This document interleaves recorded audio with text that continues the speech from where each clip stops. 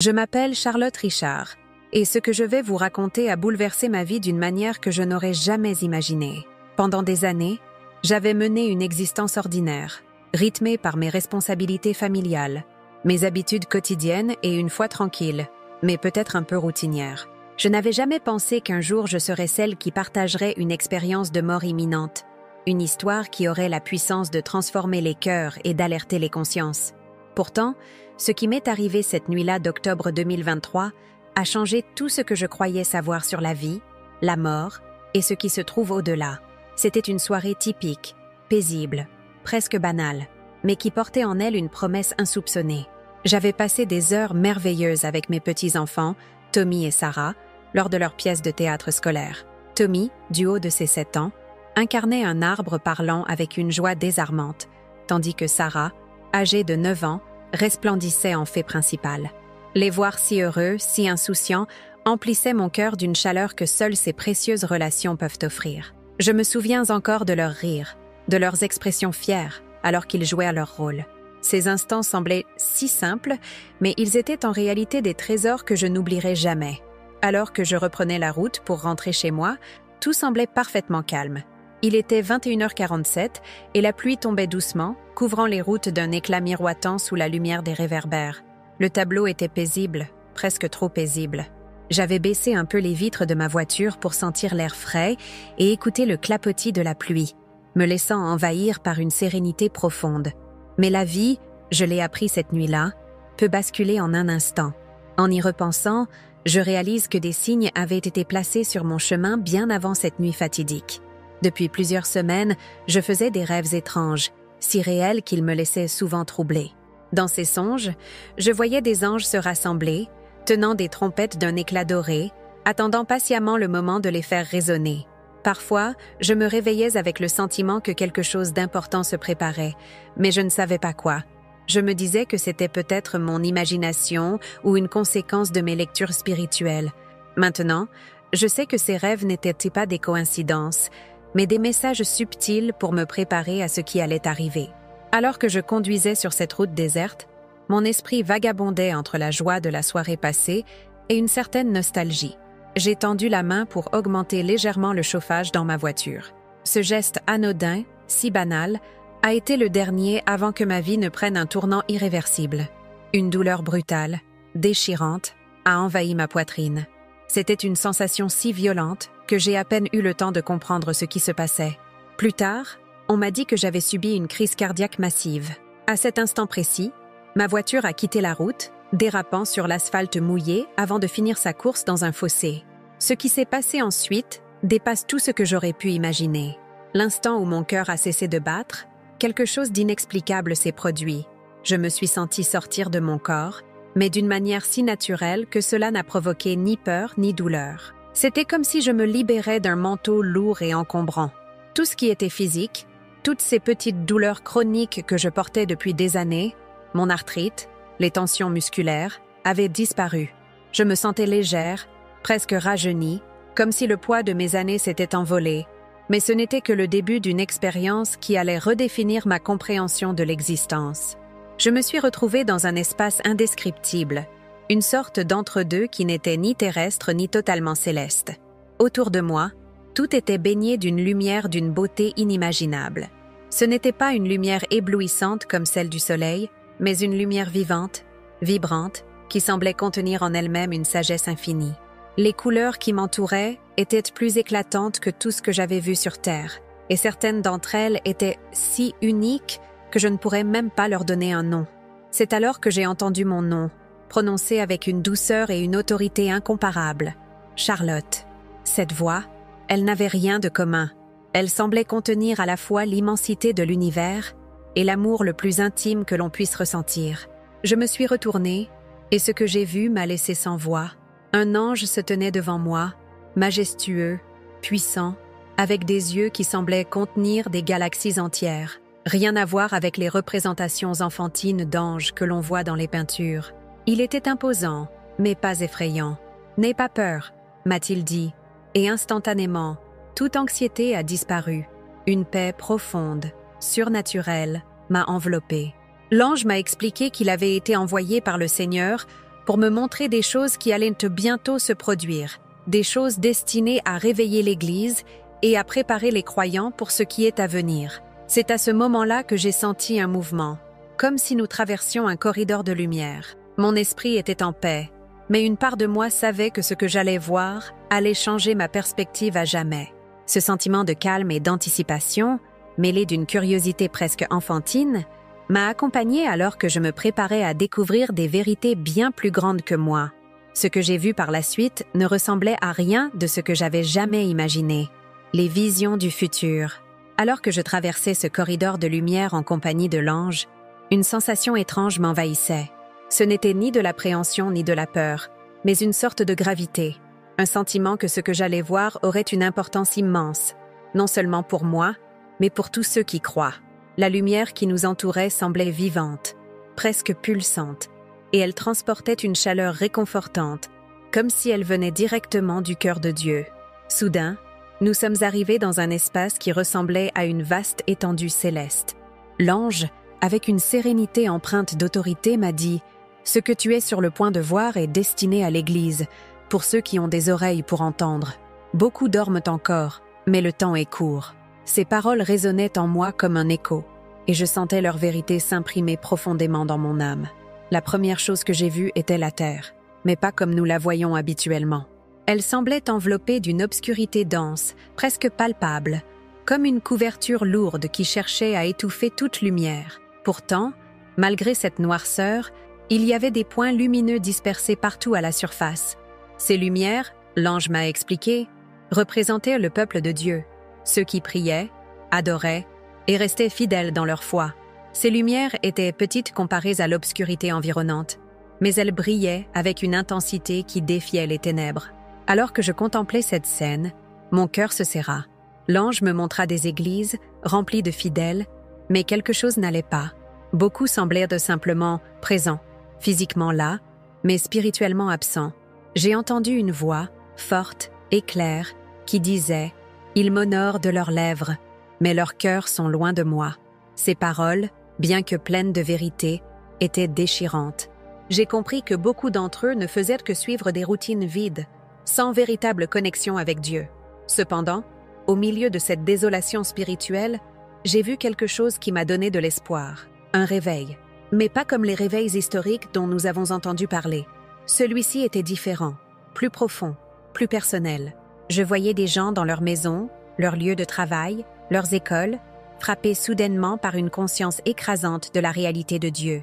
Ce n'était pas le résultat de sermons éloquents ou de campagnes d'évangélisation bien orchestrées, mais une œuvre pure et souveraine du Saint-Esprit.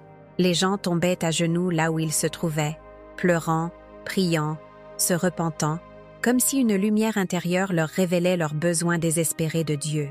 L'ange m'a ensuite montré une vision encore plus grande, une horloge immense, suspendue dans un espace infini. Mais cette horloge n'avait pas de chiffres. À la place, chaque heure représentait un événement. J'ai vu des guerres éclater, des catastrophes naturelles d'une intensité jamais vue, et des avancées technologiques qui semblaient presque irréelles. Chaque événement se produisait avec une précision parfaite, comme s'il suivait un plan divin minutieusement orchestré. « Regarde attentivement, m'a dit l'ange, et j'ai vu quelque chose qui a fait bondir mon esprit. J'ai vu l'Église, la véritable Église, se préparer, comme une mariée qui se part pour son époux. Les croyants, bien que soumis à des épreuves et des persécutions, émergeaient plus forts, plus purs, plus brillants. Leur visage rayonnait d'une lumière surnaturelle, une lumière qui ne venait pas d'eux, mais de la présence de Dieu en eux. Cette image m'a rempli d'une joie indescriptible, mais aussi d'un profond sentiment d'urgence. Puis, le ton de la vision a changé. J'ai vu le monde entrer dans une période de tromperie massive. Ce qui m'a frappé, c'est que cette tromperie n'était pas brutale ou évidente au départ. Elle était subtile, insidieuse, se glissant dans les cœurs et les esprits à travers de petites compromissions, des altérations légères mais continues de la vérité. J'ai vu des gens, même certains croyants, se laisser séduire par des mensonges bien déguisés, jusqu'à ce qu'ils ne puissent plus distinguer le vrai du faux. Mais au milieu de cette obscurité, une lumière persistait, celle des vrais croyants, ceux qui restaient ancrés dans la parole et l'Esprit de Dieu. Ces croyants avaient quelque chose de différent. L'ange m'a expliqué qu'ils portaient une marque de protection, le Saint-Esprit. Ils étaient comme des phares dans la nuit, guidant d'autres âmes vers la vérité malgré les tempêtes qui faisaient rage autour d'eux. La vision suivante a brisé mon cœur. J'ai vu des âmes innombrables, persuadées qu'elles étaient sauvées, mais qui n'avaient jamais véritablement abandonné leur vie à Jésus. Elles avaient une religion, mais pas de relation. Elles connaissaient des paroles, mais pas la puissance transformante du Christ. L'ange m'a regardé avec gravité et m'a dit « Dis-leur qu'il ne suffit pas de réciter des prières ou d'aller à l'église. Ils doivent naître de nouveau. » Ces mots m'ont transpercé, car je comprenais que tant de gens vivaient dans une fausse sécurité spirituelle. Alors que nous nous déplacions à travers ces visions, j'ai vu des vagues de persécutions arriver. Ce n'étaient pas des persécutions brutales immédiatement. Elles commençaient subtilement par des discriminations légères contre les croyants, avant de devenir plus ouvertes et agressives. Mais ce qui m'a émerveillée, c'est que l'Église véritable, loin de faiblir sous cette pression, devenait plus forte, plus unie, plus dépendante de Dieu. La dernière vision de cette séquence m'a laissé sans voix. J'ai vu des jeunes, une génération entière, se lever avec une foi inébranlable. Ces jeunes n'étaient pas parfaits, mais ils étaient authentiques, profondément enracinés dans la vérité de Dieu, et leur influence était incroyable. Ils étaient des catalyseurs, attirant d'autres âmes vers le Seigneur par leur passion et leur intégrité. Alors que cette partie de la vision se terminait, l'ange m'a regardé et a dit « Le Seigneur prépare son peuple. Chaque épreuve qu'il traverse est une étape dans leur préparation. Mais le temps est court, Charlotte. Le temps est court. » Un message pour les croyants. Alors que les visions se déroulèrent devant moi, l'ange m'a adressé des paroles qui résonnent encore dans mon âme. « Charlotte, ce que tu vois n'est pas seulement pour toi. C'est un message pour les croyants, pour ceux qui ont des oreilles pour entendre et un cœur pour comprendre. Beaucoup dorment encore. Il est temps de les réveiller. » Ces mots portaient une gravité que je ne pouvais ignorer. Tout ce que j'avais vu jusqu'à présent, l'obscurité, la lumière, le réveil et la tromperie, convergeaient vers une seule vérité. Dieu appelle son peuple à se préparer pour ce qui est à venir. La première exhortation de l'ange était claire. Dis-leur de préparer leur cœur. J'ai compris que cette préparation n'était pas une simple question de gestes extérieurs ou de rituels religieux, mais un processus profond et intime. Les cœurs devaient être purifiés, les intentions corrigées et les vies alignées avec la volonté de Dieu. J'ai vu des scènes où des croyants, souvent pris dans la routine de la vie quotidienne, négligeaient leur relation avec Dieu. Ils s'appuyaient sur leurs propres forces, sur leurs ressources humaines, mais ils manquaient de cette connexion vitale avec le divin. L'ange a souligné avec insistance « Il ne suffit pas de dire les bonnes choses ou de suivre les bonnes traditions.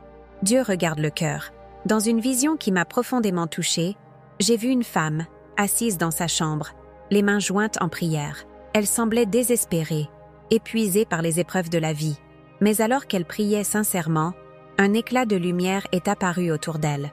Sa prière, bien que silencieuse et humble, avait percé les ténèbres et attiré l'attention du ciel. L'ange m'a expliqué que c'est dans ces moments de vulnérabilité et de vérité que les cœurs se connectent véritablement à Dieu. Ce n'est pas la grandeur des mots ou la longueur des prières qui importe, mais leur authenticité.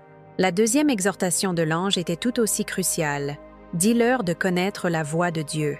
Dans un monde rempli de bruit, de distractions et de fausses vérités, savoir discerner la voix de Dieu est devenu une nécessité. J'ai vu des croyants être trompés par des messages séduisants, des paroles qui semblaient justes mais qui étaient profondément enracinées dans le mensonge.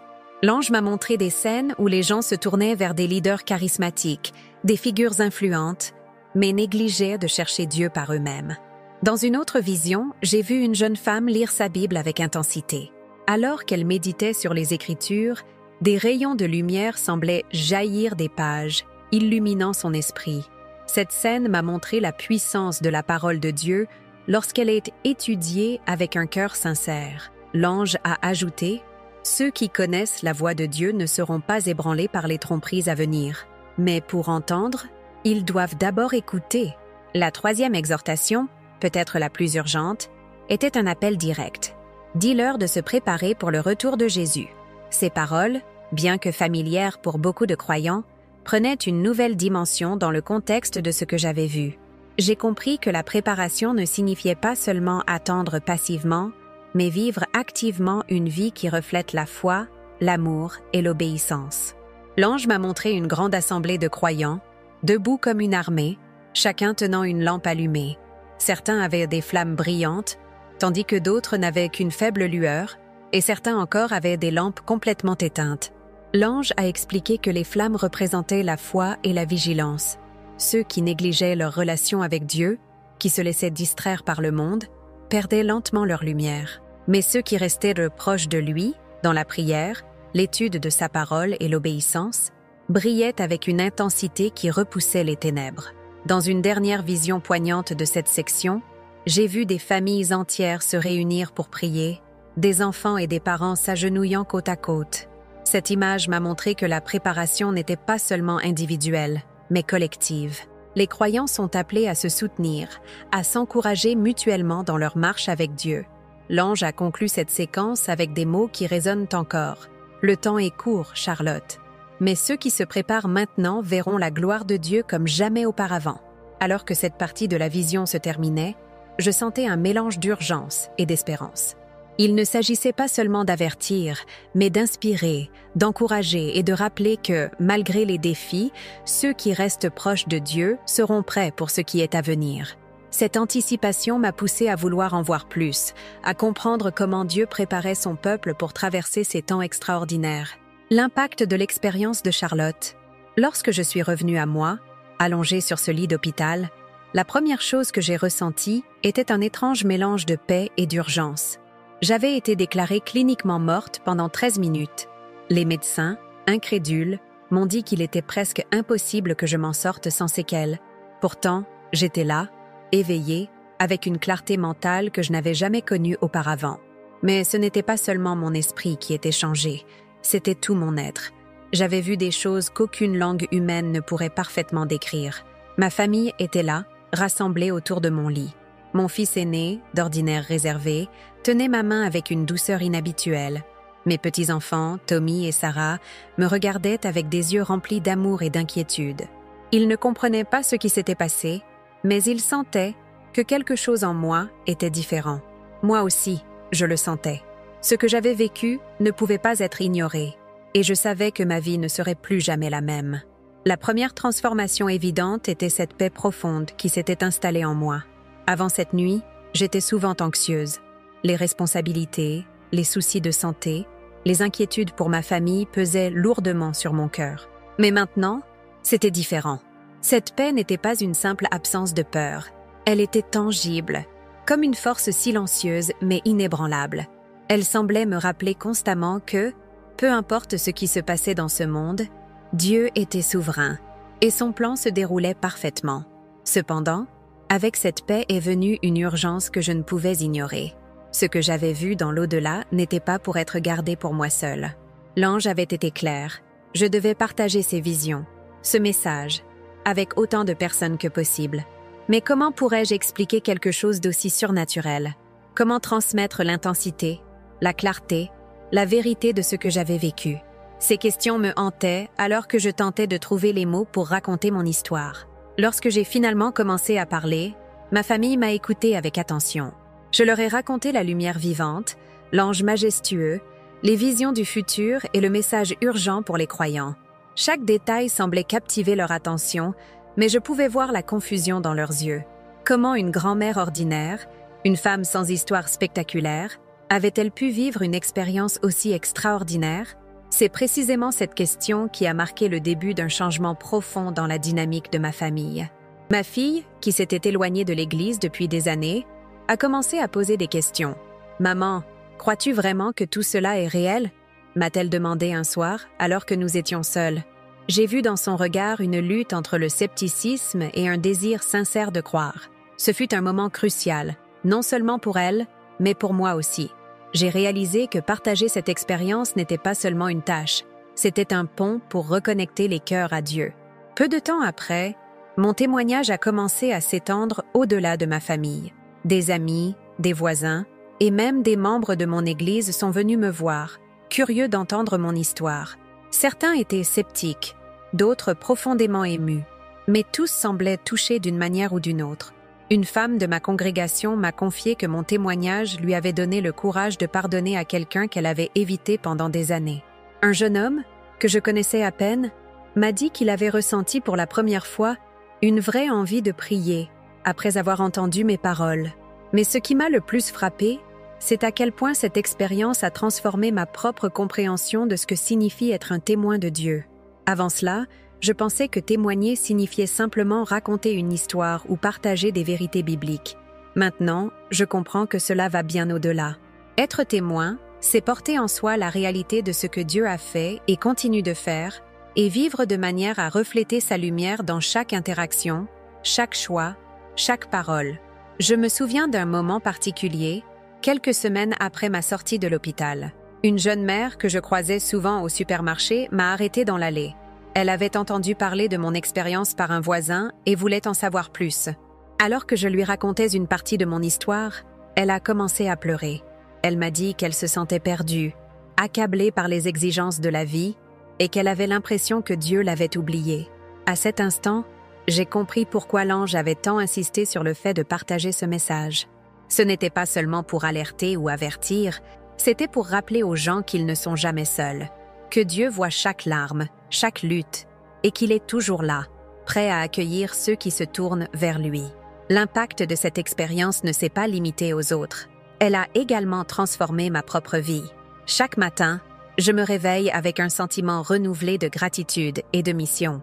Chaque interaction, aussi banale soit-elle, est une opportunité de semer une graine de foi, d'espérance ou d'amour. Ce que j'ai appris, c'est que nous n'avons pas besoin d'être des prédicateurs éloquents ou des leaders charismatiques pour avoir un impact. Parfois, un simple sourire, une parole gentille ou une prière silencieuse peuvent être les moyens par lesquels Dieu touche un cœur. Alors que je continue de partager cette histoire, je sens que ce n'est que le début. Ce message, bien que personnel, appartient à tous ceux qui cherchent à comprendre leur place dans le grand plan de Dieu. Et alors que je regarde les visages de ceux qui m'écoutent, je vois quelque chose de beau, l'espoir. Cet espoir, fragile mais puissant, est le début d'un réveil que je sais que Dieu a promis à son peuple. L'interprétation de l'expérience. Après avoir partagé mon expérience avec ma famille, mes amis et d'autres personnes curieuses de comprendre ce que j'avais vécu, une question revenait souvent. Comment interpréter une telle expérience? Était-ce une vision spirituelle, un phénomène scientifique ou peut-être une combinaison des deux?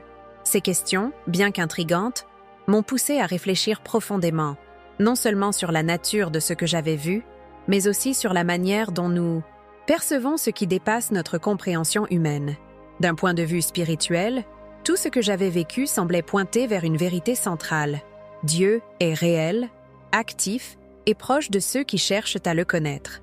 Les visions que j'ai reçues étaient pleines de symboles qui résonnaient avec les Écritures. Par exemple, la lumière vivante que j'ai vue me rappelait les passages bibliques décrivant la gloire de Dieu comme une lumière que rien ne peut éteindre. Les paroles de l'ange résonnaient avec une autorité et une douceur qui m'étaient familières, comme si elles provenaient directement du cœur de Dieu. Chaque scène, chaque détail semblait conçu pour éveiller mon esprit à des réalités spirituelles profondes et éternelles. Cependant, je sais que beaucoup tentent d'interpréter de telles expériences à travers un prisme scientifique. Certains experts affirment que les expériences de mort imminente pourraient être liées à des réactions chimiques dans le cerveau, déclenchées par un manque d'oxygène ou des signaux neuronaux perturbés. Ces explications, bien qu'intéressantes, me semblent insuffisantes pour capturer la richesse et la profondeur de ce que j'ai vécu. Comment expliquer scientifiquement la précision des messages que j'ai reçus, ou la cohérence des visions qui semblaient orchestrées avec une intention divine? Un exemple me vient à l'esprit. Avant cette expérience, je n'avais jamais étudié en détail les prophéties bibliques concernant les derniers temps.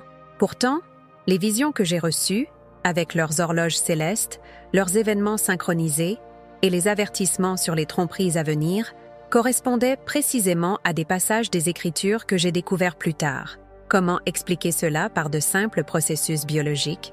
D'autres m'ont suggéré que mon expérience pourrait être interprétée comme un phénomène mystique, une sorte de voyage entre le monde visible et invisible.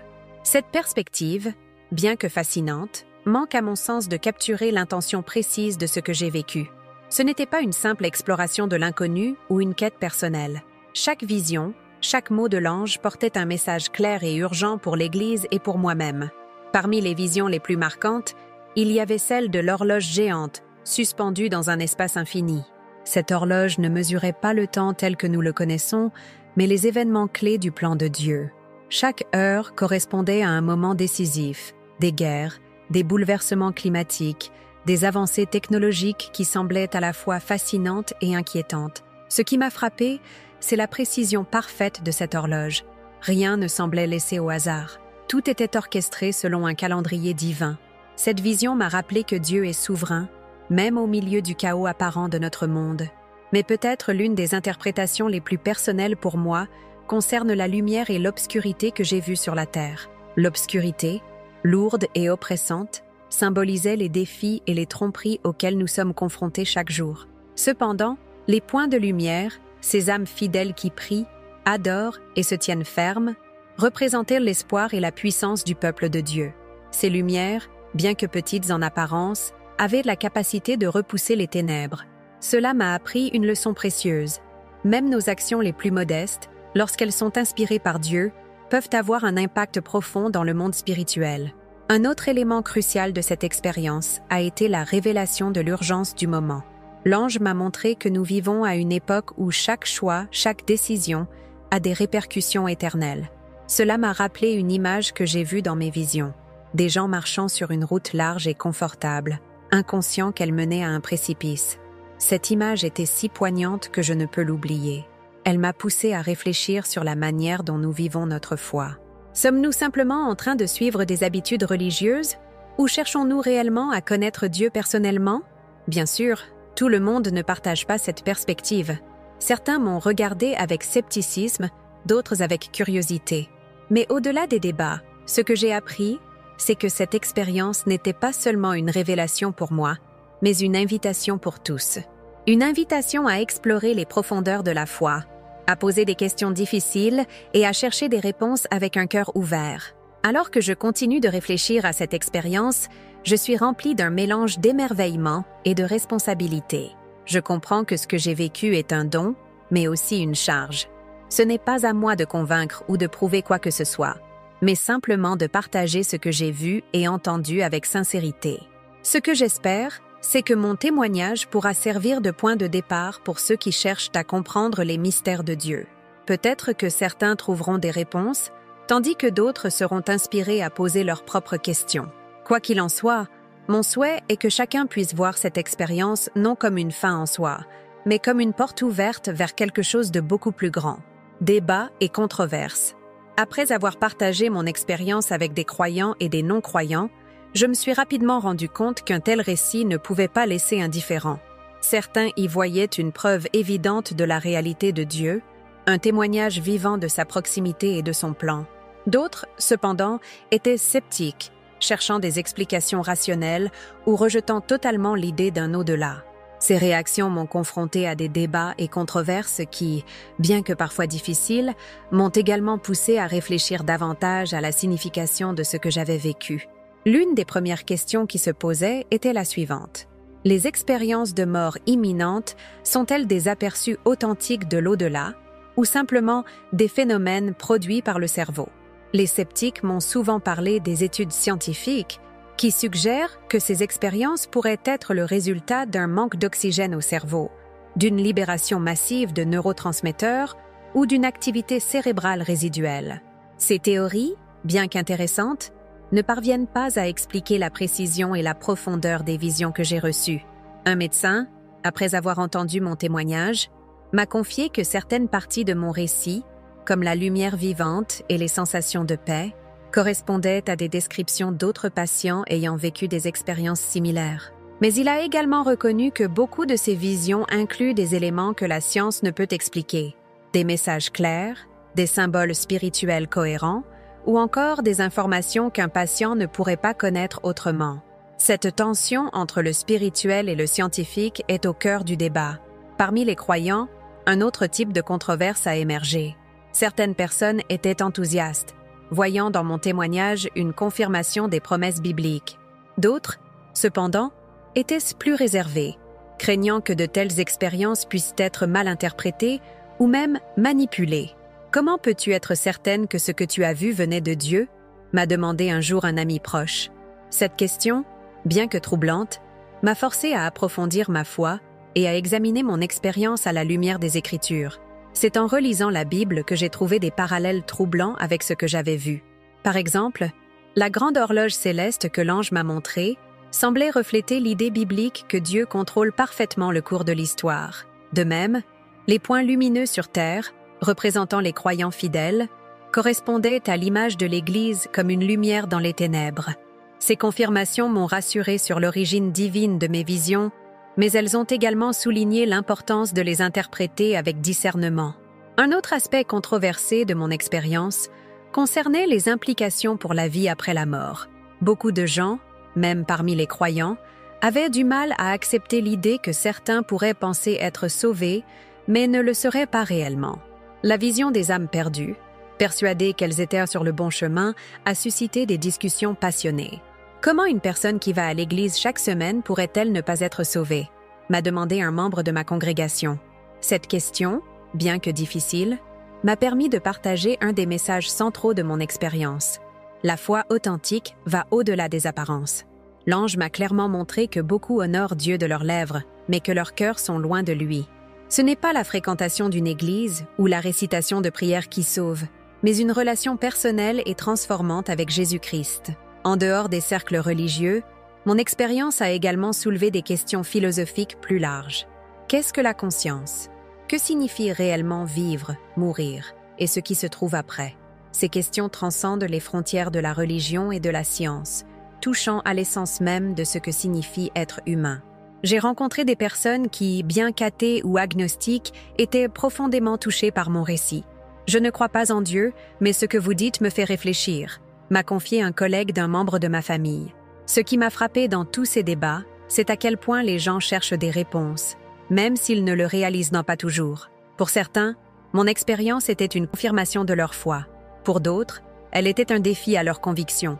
Mais pour beaucoup, elle était une invitation à explorer des questions qu'ils n'avaient jamais osé poser.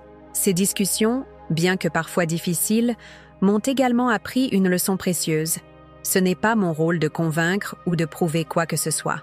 Mon rôle est simplement de partager ce que j'ai vu et entendu, avec honnêteté et humilité. La manière dont les gens interprètent mon expérience dépend de leur propre parcours, de leurs croyances et de leurs questions. Alors que je continue de naviguer dans ces débats et controverses, je suis de plus en plus convaincue que l'essentiel n'est pas de savoir si mon expérience est scientifiquement explicable ou spirituellement acceptable pour tous. L'essentiel est le message qu'elle porte. Un appel à chercher la vérité, à se préparer pour l'éternité et à vivre chaque jour avec une conscience renouvelée de l'amour et de la souveraineté de Dieu. Les leçons apprises. À travers cette expérience, j'ai appris des leçons qui ont transformé ma vie et ma perception de l'existence. Ces enseignements ne se limitaient pas à ce que j'ai vu ou entendu, mais aussi à ce que ces visions ont révélé sur la manière dont nous vivons, croyons et interagissons avec le monde qui nous entoure. Chaque scène que j'ai contemplée portait en elle des vérités profondes, des rappels essentiels sur la foi, la vie et la préparation pour ce qui est à venir. L'une des premières leçons que j'ai retenues est l'importance d'apprécier la vie. Avant cette expérience, j'étais souvent absorbée par les préoccupations quotidiennes, les responsabilités familiales, les défis professionnels, les incertitudes de demain. Mais dans ces moments où je me suis tenue dans cet espace entre les espaces, comme je l'appelle, j'ai compris à quel point chaque instant est précieux.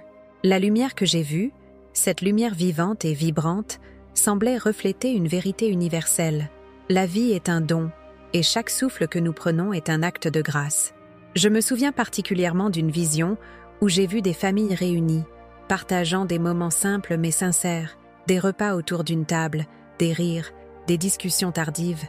Ces scènes m'ont rappelé que ce sont souvent les moments les plus modestes qui contiennent la plus grande signification. Cette révélation m'a poussée à changer ma façon d'interagir avec mes proches.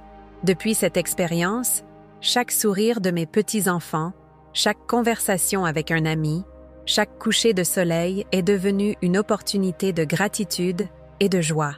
Une autre leçon cruciale que j'ai apprise est la nécessité de renforcer notre foi. J'ai vu dans mes visions des croyants vacillants, leurs lampes presque éteintes, tandis que d'autres brillaient intensément, repoussant les ténèbres autour d'eux. Cette image m'a enseigné que la foi n'est pas un état statique, mais un feu qui doit être entretenu chaque jour. Ce feu ne peut être alimenté que par une relation personnelle et constante avec Dieu. L'ange m'a rappelé que cette relation va au-delà des rituels religieux ou des pratiques superficielles. Elle exige du temps, de la prière sincère et surtout un cœur prêt à écouter et obéir. Depuis ce jour, j'ai redoublé d'efforts pour passer du temps dans la parole de Dieu, non pas comme une obligation, mais comme une source de vie. Ce que j'ai découvert, c'est que chaque verset, chaque prière, est comme un fil qui nous relie davantage au Créateur. Une autre leçon qui a profondément marqué mon cœur est l'importance de se préparer pour l'inconnu.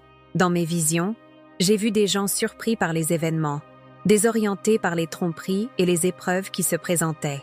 Mais j'ai aussi vu ceux qui, bien que confrontés aux mêmes défis, étaient ancrés dans une paix surnaturelle. Cette paix venait de leur préparation, non seulement pratique, mais surtout spirituelle. Se préparer ne signifie pas vivre dans la peur ou l'anticipation anxieuse de ce qui pourrait arriver.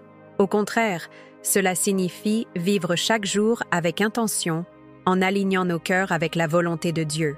J'ai compris que la préparation commence dans les petites choses. Pardonner un proche, choisir l'intégrité dans les décisions quotidiennes et garder nos pensées focalisées sur ce qui est vrai et éternel. Dans une vision particulière, j'ai vu une famille s'agenouiller ensemble, priant avec ferveur, malgré les défis qui les entouraient. Cette image m'a montré que la préparation spirituelle n'est pas individuelle, mais collective.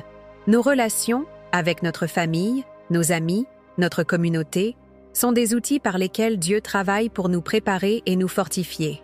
Depuis cette expérience, j'accorde une plus grande importance à cultiver des relations authentiques, basées sur l'amour, la compréhension et la vérité.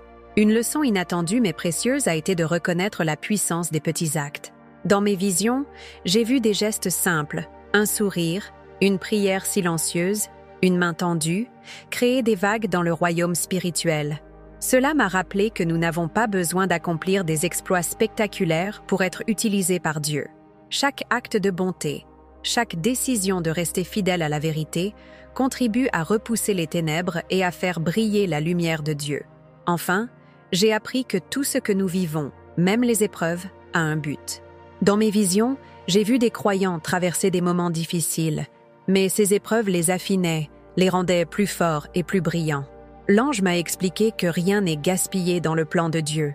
Chaque douleur, chaque difficulté, chaque question sans réponse est une opportunité de grandir et de refléter davantage sa gloire. Cette leçon a profondément changé ma perspective sur les défis de ma propre vie. Là où je voyais autrefois des obstacles, je vois maintenant des opportunités de faire confiance à Dieu. Là où je ressentais de la frustration ou de la peur, je trouve maintenant une paix en sachant que tout, même ce qui semble chaotique, est sous le contrôle parfait de Dieu. Ces leçons, bien qu'extraites de mon expérience personnelle, ne sont pas réservées à moi seule. Elles sont des vérités universelles, des rappels que nous sommes tous appelés à vivre avec foi, gratitude et anticipation pour ce qui est à venir. Alors que je continue de méditer sur ces enseignements, je me rends compte qu'ils ne sont que le début d'un cheminement plus profond, une invitation à aller plus loin dans ma relation avec Dieu et à encourager d'autres à faire de même. Conclusion. Alors que je repense à cette expérience, il m'est impossible de ne pas ressentir un profond sentiment de gratitude et d'émerveillement. Ce que j'ai vécu n'était pas un simple moment isolé, mais un appel, une révélation et une mission. Chaque vision, chaque parole, chaque image gravée dans ma mémoire portait un message. Le temps est court et il est crucial de vivre pleinement, avec foi et intention, dans la lumière de Dieu. L'une des réflexions les plus marquantes pour moi est que tout ce que nous faisons, chaque choix, chaque parole, a une signification éternelle. Dans mes visions, j'ai vu des vies transformées, non par des exploits grandioses, mais par des actes simples de foi et d'obéissance. Un parent priant pour son enfant, une personne choisissant de pardonner malgré la douleur, un croyant restant ferme face à l'opposition, tout cela, bien que petit en apparence, avait un impact immense dans le royaume spirituel. Ces scènes m'ont appris que la vie chrétienne ne consiste pas à chercher la perfection ou à accomplir de grandes choses pour être reconnue, mais à marcher humblement avec Dieu, à lui faire confiance et à l'aimer dans les détails du quotidien. Chaque jour est une opportunité de grandir, d'apprendre et d'aimer comme il nous a aimés. Un autre point essentiel de cette expérience est l'importance de partager des histoires comme celle-ci. Nous vivons dans un monde souvent cynique, rempli de doutes et de distractions, où la foi peut sembler fragile ou dépassée. Pourtant, mon témoignage, tout comme ceux de tant d'autres qui ont vécu des expériences similaires, est une preuve vivante que Dieu agit toujours, qu'il parle toujours, et qu'il appelle chacun de nous à le chercher. Partager cette histoire n'est pas toujours facile. Je sais que tout le monde ne l'acceptera pas ou ne la comprendra pas de la même manière. Mais ce que j'ai appris, c'est que ce n'est pas à moi de convaincre, seulement de témoigner avec honnêteté et amour. Je laisse à Dieu le soin de travailler dans les cœurs de ceux qui écoutent. Alors que je contemple ce que cela signifie pour l'avenir, je suis remplie d'une anticipation à la fois paisible et urgente. Je sais que la vie sur terre est courte, mais pleine de possibilités pour refléter la gloire de Dieu. Chaque jour, chaque interaction, chaque prière est une chance de vivre avec intention et de se préparer pour ce qui est à venir. Une des visions qui reste gravée dans mon esprit est celle de l'Église, non comme un bâtiment ou une institution, mais comme un corps vivant, composé de croyants unis par leur foi en Christ. J'ai vu des gens de tous horizons, de toutes nations, se réunir pour adorer, prier et s'encourager mutuellement. Cette unité, bien que parfois difficile à atteindre, est l'une des clés pour traverser les défis des temps à venir. Je suis convaincue que ce que j'ai vu n'était pas seulement un avertissement, mais aussi une promesse. Une promesse que, malgré les ténèbres qui semblent s'épaissir dans le monde, la lumière de Dieu brillera toujours plus fort. Cette lumière, portée par ceux qui lui sont fidèles, repoussera les ténèbres et apportera espoir et transformation à ceux qui en ont besoin. Alors que je termine ce témoignage, je veux laisser une question ouverte à tous ceux qui l'entendent ou le lisent. Êtes-vous prêts? Non pas dans un sens de peur ou de panique, mais avec la confiance sereine que votre vie est alignée avec la volonté de Dieu. Êtes-vous prêts à embrasser chaque jour comme une opportunité de grandir dans votre foi, d'aimer votre prochain et de refléter la lumière de Christ? Ce que j'ai vécu m'a montré que nous ne sommes pas seuls. Dieu est proche, toujours prêt à guider, à consoler et à transformer ceux qui se tournent vers lui.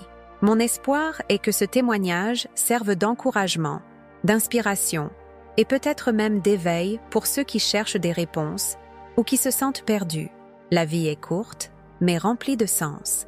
Et ce sens, nous le trouvons en vivant non pas pour nous-mêmes, mais pour celui qui nous a créés et qui nous aime d'un amour éternel. Que chacun de nous puisse avancer avec foi, espérance et amour, sachant que, peu importe ce qui vient, Dieu est souverain et sa lumière ne s'éteindra jamais.